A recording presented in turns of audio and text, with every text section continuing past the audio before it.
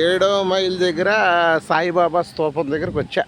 ఏడో మైల్ దగ్గర నుంచి లోపలికి వచ్చిన తర్వాత సాయిబాబా స్తూపం ఉంటుంది కదా, ఆ స్వామివారి దగ్గరికి వచ్చి దర్శనం చేసుకుని చక్కగా కొబ్బరికాయ కొట్టుకుని వెళ్తా ఇంటికి. సాయిబాబా ఇక్కడ పడుకున్నాడు చక్కగా. గుడి కూడా చాలా బాగుంది. ఎప్పటి నుంచో వద్దాం అనుకున్నాను సాయిబాబా గుడికి, వచ్చాను. సాయిబాబా గుడి. స్వామి కొబ్బరికాయ బయట కొట్టాలండి, కొబ్బరికాయ బయట కొట్టేది ఆ గుడి దగ్గర.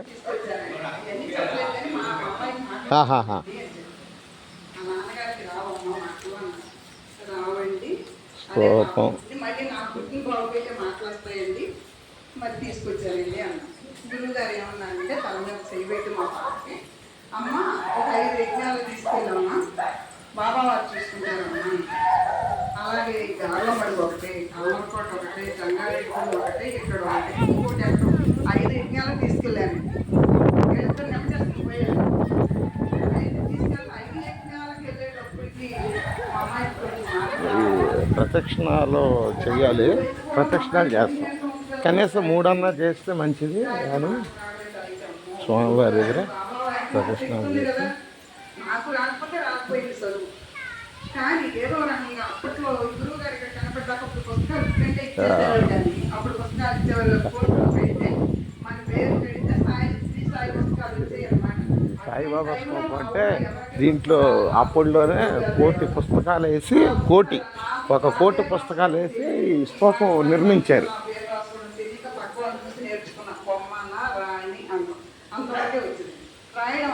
చక్కగా స్తూపం. గురువుగారి చరిత్ర, బాబావారి చరిత్ర కూటే చదవడం అలా ఉంది. అలాగే మనకి ఏది చదువు రాదు, కూటే ఆయాక్షం అమ్మ ఆవు అన్న చదువులు పెట్టి ప్రతి దేవాలయంకి వెళ్తాం. తొలి ఏకాదశి రోజున చాలా మంచిది స్వామివారి దగ్గర. అలాగే వచ్చాను స్వామి. జై శ్రీ సాయినాథ, పెదవేగి సాయి నమో నమః.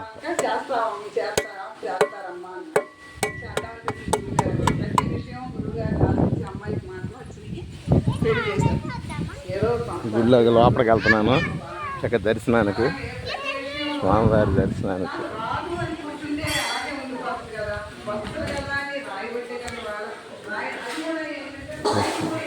నందీశ్వరుడు ఉన్నాడు ఇక్కడ స్వామి.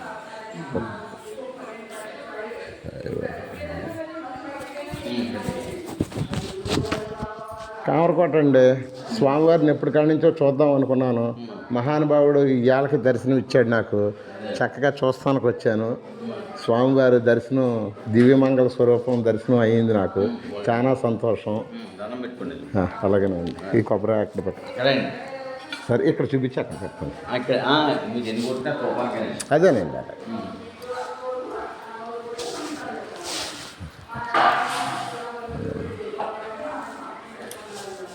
ఆ స్తూపం ఒక విశేషం ఏంటంటే స్వామి, దాంట్లోనూ పుస్తకాలు స్వామివారి సాయినామాలు రాసి పుస్తకాలు వేసి స్తూపం నిర్మించారు. ఫిబ్రవరి 15 వార్షికోత్సవం వచ్చాం. 98 ఓపెన్ అయింది. రాసిన నామాలన్నీ అందులో వేస్తారండి పుస్తకాలు. చాలా సంతోషం అండి. అప్పుడు దగ్గర 27 సంవత్సరాలు అవుతుంది.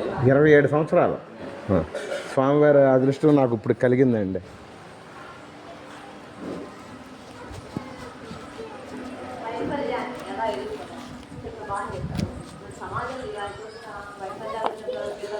ఇది